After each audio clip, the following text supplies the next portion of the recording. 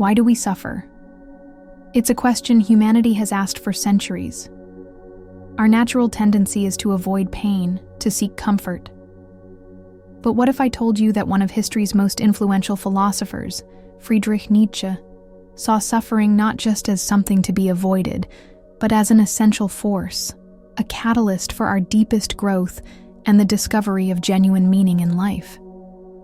Prepare for a journey that might just change your perspective on your own challenges. Nietzsche wasn't an advocate for suffering's sake, but he believed that trying to avoid all pain was not only impossible, but also detrimental to our development. He argued that it is in the face of hardship, in the pushing of our limits, that we forge our character and discover our inner strength. One of his most famous lines sums up this idea: "That which does not kill me makes me stronger." For Nietzsche, suffering, when confronted and integrated into our journey, has the power to transform us, to refine us, just as fire refines metal.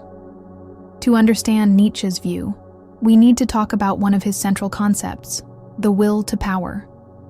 This isn't just about power over others, but rather a fundamental force within every human being, an impulse to grow, to overcome, to become more.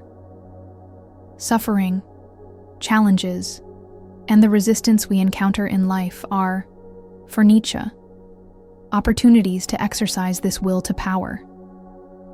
Instead of being defined by our pain, we have the ability to use that pain as a springboard to lift ourselves above it and create something of value from our overcoming. Another crucial concept in Nietzsche is amor fati, the love of one's fate. This doesn't mean passively accepting everything that happens, but rather actively loving the totality of your life, with all its joys and sorrows, its successes and failures, its pains and its pleasures. For Nietzsche, everything that happens is part of the tapestry of your existence, and it's by fully embracing that tapestry, without wishing anything were different, that we find a profound acceptance and, paradoxically, a form of power over our own narrative. Suffering in this context is not a mistake or a punishment, but an intrinsic and valuable part of your unique path. Nietzsche warned against the danger of nihilism, the belief that life is fundamentally meaningless. He saw the flight from suffering and the incessant pursuit of comfort as paths that could lead to this existential void. For Nietzsche, meaning is not something pre-existing that is given to us, but something we create through our actions, our values, and the way we respond to life's challenges. It is by facing suffering head-on and by overcoming ourselves that we give meaning to our existence, that we fill the void with our own creation of value. How can we apply this radical perspective of Nietzsche to our lives today? It's not about actively seeking out suffering, but rather about changing our attitude toward the inevitable challenges that arise. When confronted with pain, we can ask ourselves, what can I learn from this?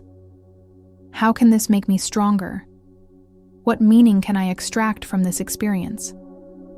It's about finding the opportunity for growth in adversity, about discovering our inner resilience and becoming the authors of our own overcoming. It's about loving the entire journey, with its moments of both light and shadow.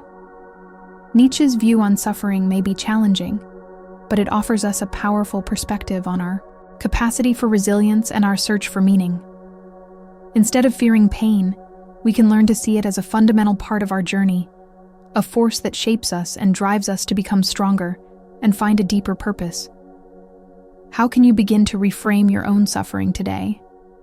Share your reflections in the comments below.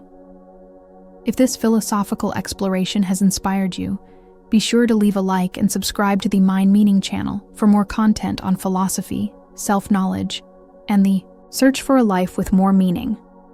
Remember, your strength often resides in your most challenging moments.